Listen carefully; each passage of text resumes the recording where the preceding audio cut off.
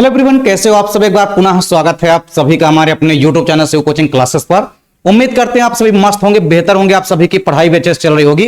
तो आज की इस वीडियो में हम देखने वाले हैं डीएनए रेप्लिकेशन, यानी कि डीएनए प्रतिकृति क्या होती है, या आप कह सकते हैं डीएनए द्विगुणन क्या होता है। जैसा कि नाम से स्पष्ट है कि डीएनए का द्विगुणन होना, सिंपल सी बात है। फॉर एग्जाम्पल, जैसे मान लीजिए कोई हमारे पास डीएनए है, यानी कि डीऑक्सीराइबोन्यूक्लिक एसिड है। अगर उसकी दोनों श्रृंखलाएं मान लीजिए क्या हो जाती है, अलग हो जाती है, तो उनके अंदर ये क्षमता होती है, डीएनए के अंदर ये क्षमता होती है कि एक नए डीएनए की श्रृंखला का निर्माण कर लेता है, और जो एक सिंगल श्रृंखला अलग हुई है फिर से एक द्विगुणित श्रृंखला का निर्माण कर लेता है डीएनए। तो अतः हम ये कह सकते हैं कि डीएनए के अंदर जो है स्वतः द्विगुणन की क्षमता पाई जाती है। इसके बाद जब आप आरएनए पढ़ेंगे तो आरएनए में आप देखेंगे किसी भी प्रकार से स्वतः द्विगुणन की क्षमता नहीं पाई जाती है। यानी सिंपल सी बात है कि जो डीएनए होता है, अगर डीएनए के कोई भी मॉलिक्यूल या कोई भी अणु है, अगर ये दो अणुओं में टूट जाता है, इसके जो अणु है ये दो पार्ट में अलग अलग हो जाते हैं। मतलब डीएनए की संरचना हमने देखी है, उसमें हमने आपको बताया था कि डीएनए की श्रृंखला, डीएनए का जो एक अणु है वो दो स्ट्रैंड्स यानी कि दो श्रृंखलाओं से मिलकर के बना होता है, और दोनों श्रृंखला एक दूसरे से लिपट करके एक द्विकुंडलित संरचना का निर्माण करते हैं। तो अगर वो द्विकुंडलित संरचना है, उसमें से दोनों स्ट्रैंड्स अलग हो जाते हैं, तो जब दोनों स्ट्रैंड्स अलग हो जाएंगे तो डीएनए के अंदर फिर से स्वतः द्विगुणन की क्षमता होगी, और फिर से एक नया प्रकार का स्ट्रैंड बन जाएगा, और वो नया स्ट्रैंड्स जो बनेगा वो पुराने स्ट्रैंड के साथ मिल करके फिर से एक द्विगुणित संरचना का निर्माण कर लेता है। तो यही प्रक्रिया है डीएनए द्विगुणन। तो सिंपल सी बात है, आप समझ सकते हैं। देखिए, अपने ही समान डीएनए के अंदर क्षमता होती है। यहां पे आपको इसको डिस्कार्ड कर देना है, यहां पे आपको डीएनए करना है, केवल डीएनए। तो यहां पे आपको देखना है कि जो डीएनए होता है अपने ही समान क्या करता है, डीएनए अपने ही समान की श्रृंखला दूसरी श्रृंखला बना सकता है। मतलब डीएनए की जो श्रृंखला है वह अपनी ही समान दूसरी श्रृंखला बना सकता है। तो सिंपल सी बात है, अपने ही समान डीएनए जो है दूसरी श्रृंखला बना सकता है, और डीएनए की इसी क्रिया को हम क्या कहते हैं, डीएनए द्विगुणन कहते हैं। मतलब डीएनए के अंदर यह क्षमता होती है कि डीएनए जो है स्वतः द्विगुणन कर सकता है। अगर डीएनए के स्ट्रैंड्स अलग हो गए हैं तो फिर से एक नए स्ट्रैंड्स का निर्माण कर लेता है। तो डीएनए की जो श्रृंखलाएं होती है ये अपने ही समान नए प्रकार की श्रृंखलाओं को डेवलप कर सकती है, और डीएनए की इसी गुण को या इसी क्रिया को या इसी क्षमता को हम क्या कहते हैं, डीएनए रेप्लिकेशन कहते हैं, या डीएनए द्विगुणन कहते हैं, या डीएनए प्रतिकृति कहते हैं। तो आप कुछ भी लिखिए, यहां पे सिंपल सी बात है कि अपने ही समान डीएनए जो होता है अपने ही समान एक नई प्रकार की या दूसरी प्रकार की श्रृंखला का निर्माण कर लेता है। डीएनए की इसी क्रिया को हम क्या कहते हैं, डीएनए द्विगुणन कहते हैं। अब यहां पे थोड़ा सा डीएनए द्विगुणन की हमको विधि समझनी होगी। तो डीएनए द्विगुणन की विधि को आपको नॉर्मली समझना है यहां पे कि एक्चुअल में होता क्या है, क्यों डीएनए के अंदर ऐसी क्षमता होती है, कैसे डीएनए जो है एक नए प्रकार के स्ट्रैंड्स का निर्माण कर लेता है। तो चलिए, वाटसन एवं क्रिक के अनुसार जब द्विगुणन होता है, द्विगुणन के समय क्या होता है, देखिए सिंपल सी बात है, द्विगुणन का जब समय होगा तो डीएनए के दो स्ट्रैंड्स होते हैं, और दोनों स्ट्रैंड्स क्या हो जाएंगे, अलग अलग हो जाएंगे। जब दोनों स्ट्रैंड्स आपस में अलग अलग हो जाएंगे, या दोनों श्रृंखलाएं आपस में अलग अलग हो जाती है, तो आपस में दोनों श्रृंखलाएं क्यों अलग अलग हो जाती है, क्योंकि हमने आपको बताया था कि डीएनए की जो दोनों पॉलीन्यूक्लियोटाइड की श्रृंखला या स्ट्रैंड्स जो होते हैं ये आपस में हाइड्रोजन बंध के माध्यम से जुड़े होते हैं, नाइट्रोजनी क्षारकों के माध्यम से। तो नाइट्रोजनी क्षारकों के मध्य का जो हाइड्रोजन बंध है वो क्या हो जाता है, टूट जाता है। तो जब नाइट्रोजनी क्षारकों के मध्य का हाइड्रोजन बॉन्ड टूट जाएगा तो डीएनए की दोनों श्रृंखलाएं क्या हो जाती है, अलग अलग हो जाती है। तो वही यहां पे कहा गया कि वाटसन एवं क्रिक के अनुसार जब द्विगुणन होता है तो डीएनए की दोनों श्रृंखलाएं क्या हो जाती है, दोनों श्रृंखलाओं के जो क्षार होते हैं, नाइट्रोजनी क्षारक होते हैं, उनके मध्य का जो हाइड्रोजन बंध होता है वो क्या हो जाता है, टूट जाता है, जिस कारण से दोनों श्रृंखलाएं जो है अलग हो जाती है। क्या हो जाती है, डीएनए की दोनों श्रृंखलाएं अलग हो जाती है। और प्रत्येक कोशिका के कोशिका द्रव्य में तथा केंद्रक में स्वतंत्र रूप से न्यूक्लियोटाइड्स पाए जाते हैं। देखिए, हर एक कोशिका के अंदर और कोशिका द्रव्य के अंदर स्वतंत्र रूप से न्यूक्लियोटाइड्स पाए जाते हैं। अब आपको पता है कि न्यूक्लियोटाइड्स तीन चीजों से मिलकर के बना होता है। एक तो होता है नाइट्रोजनी क्षारक, दूसरा होता है फास्फोरिक अम्ल, और तीसरा होता है डीऑक्सीराइबोज शर्करा।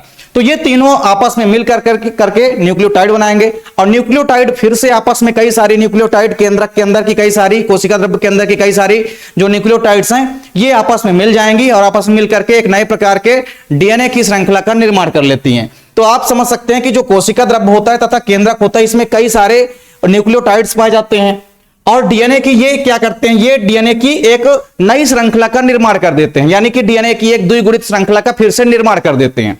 अब होता क्या है, देखिए, जैसे मान लीजिए कोई श्रृंखला हमारी टूटी है।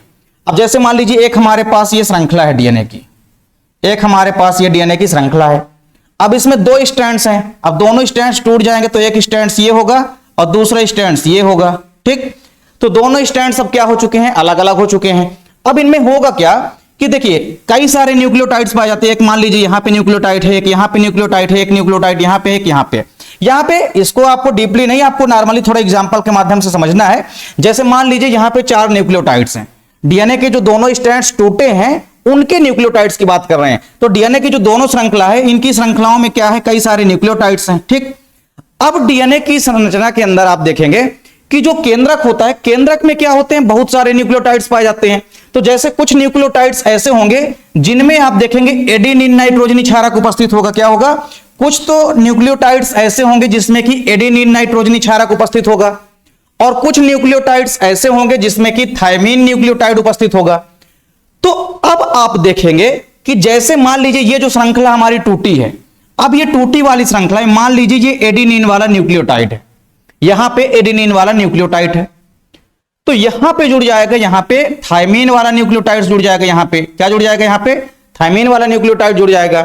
फिर इसके नीचे आप आएंगे, जैसे मान लीजिए ये क्या है, ग्वानिन वाला न्यूक्लियोटाइड है, तो इसमें क्या जुड़ जाएगा, इसमें जुड़ जाएगा साइटोसिन वाला न्यूक्लियोटाइड। फिर इसके नीचे आप आएंगे तो साइटोसिन है, तो इसके साथ ग्वानिन वाला न्यूक्लियोटाइड जुड़ जाएगा। तो इस प्रकार से ये आप देखेंगे कि एक नई प्रकार की डीएनए की श्रृंखला का क्या कर देते हैं, निर्माण कर देते हैं। तो सिंपल सी बात है कि जो न्यूक्लियस होता है, केंद्रक होता है, केंद्रक के अंदर क्या होते हैं, न्यूक्लियोटाइड्स उपस्थित होते हैं। तो जो एडेनिन वाले न्यूक्लियोटाइड्स है, ये क्या करता है, श्रृंखला के थायमीन वाले न्यूक्लियोटाइड्स के साथ जुड़ जाता है। उसी प्रकार आप देखेंगे कि जो ग्वानिन वाला जो न्यूक्लियोटाइड्स होता है, ये साइटोसिन वाले न्यूक्लियोटाइड के साथ जुड़ जाते हैं। और इसके बाद क्या करते हैं, जो शर्करा अणु होता है, देखिए हमने आपको क्या बताया कि जो नाइट्रोजनी क्षारक हैं, मतलब न्यूक्लियोटाइड, तो न्यूक्लियोटाइड से आपस में जुड़ जाएंगे। उसी प्रकार से जो शर्करा अणु होते हैं, मतलब जो डीऑक्सीराइबोस शर्करा होगी, वो किससे जुड़ जाती है, फास्फेट घटक से जुड़ते जाते हैं।